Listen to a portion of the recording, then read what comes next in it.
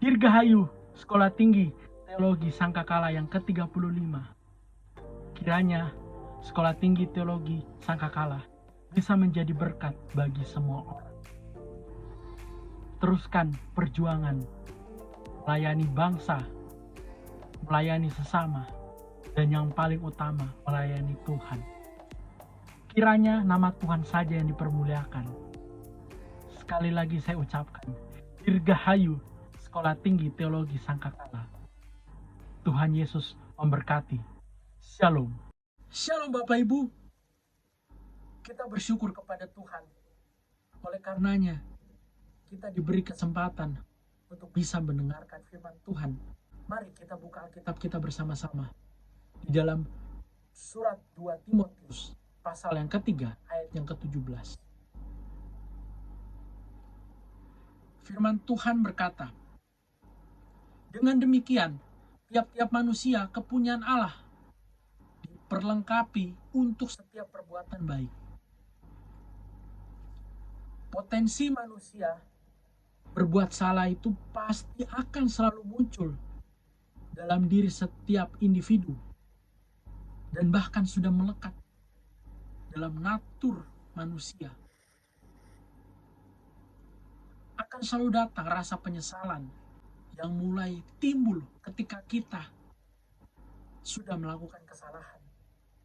Dan nantinya pasti berbarengan dengan komitmen untuk kita mau berubah.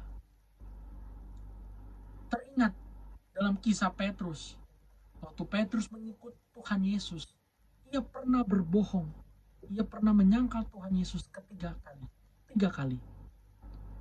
Dia menjadi pribadi yang arogan, pecundang, dan bahkan memotong telinga prajurit. Padahal saat itu dia sudah hidup bersama-sama dengan Tuhan Yesus. Namun, ketika Tuhan Yesus bangkit, Tuhan Yesus menampakkan dirinya kepada Petrus. Ia menyadari selama ini ia masih dalam keadaan berdosa. Ia belum diubahkan sepenuhnya. Akhirnya Petrus pun menyesali perbuatannya dan kemudian ia menunjukkan kerinduannya untuk mau berubah dan mau bertobat. Petrus pun akhirnya dipenuhi oleh Roh Kudus dan dia dilahirkan baru. Dia bukan lagi seorang pembohong ataupun pecundang. Bukti ini bisa kita lihat ketika gereja awal itu berkembang lewat khotbah yang disampaikan oleh Petrus. Ia menunjukkan keberaniannya ketika dia sedang berkhotbah. Dan apa yang terjadi? Banyak orang yang dimenangkan oleh Petrus. Banyak orang bertobat pada saat mendengar khotbah Petrus pada saat itu.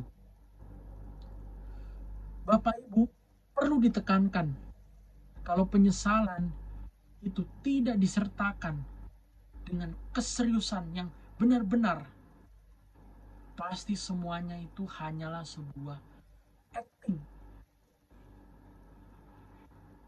Ini mengakibatkan potensi dosa bisa kembali datang kepada diri kita.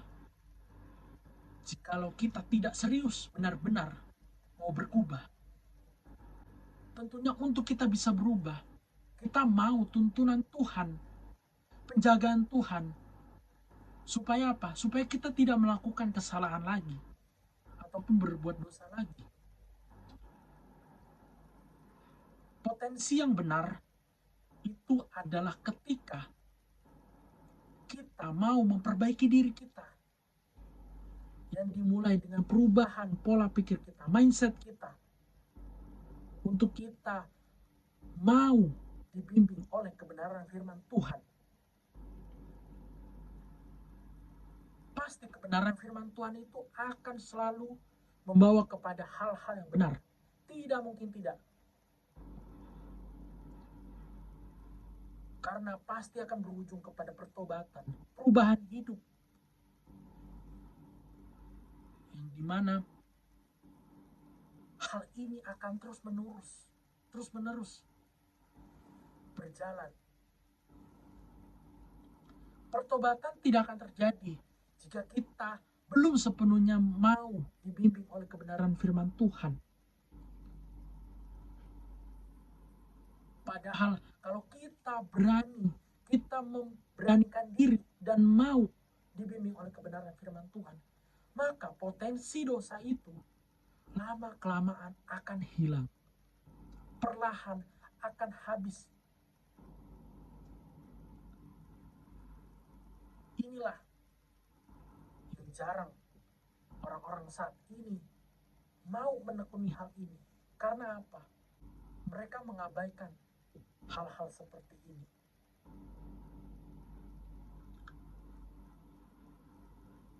Oleh karena itu, perlu diingat bahwa potensi manusia yang sudah tercemar oleh dosa itu pasti bisa hilang jika kita apa? Kita mau belajar kebenaran firman Tuhan. Tentunya dorongan itu yang harus kita bawa, kita berikan kepada Tuhan. Kita menyerahkan diri kepada Tuhan supaya kita benar-benar dan sungguh-sungguh mau dibimbing oleh Tuhan. Pasti pertama-tama akan sulit. Tapi Bapak Ibu harus percaya, itulah yang Tuhan kehendaki.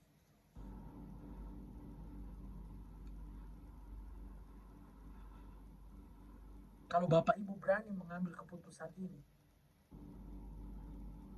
mari bersama kita berjuang melewati potensi dosa yang akan selalu muncul dalam kehidupan kita hari demi hari.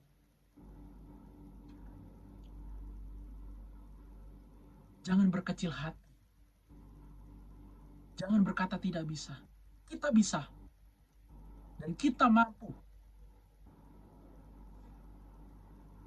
Sebab itu, selamat berjuang. Bapak Ibu, kiranya Tuhan Yesus menuntun dan membimbing Bapak Ibu, supaya Bapak Ibu didapati berkenan suatu saat nanti. Tuhan Yesus memberkati Bapak Ibu. Amin.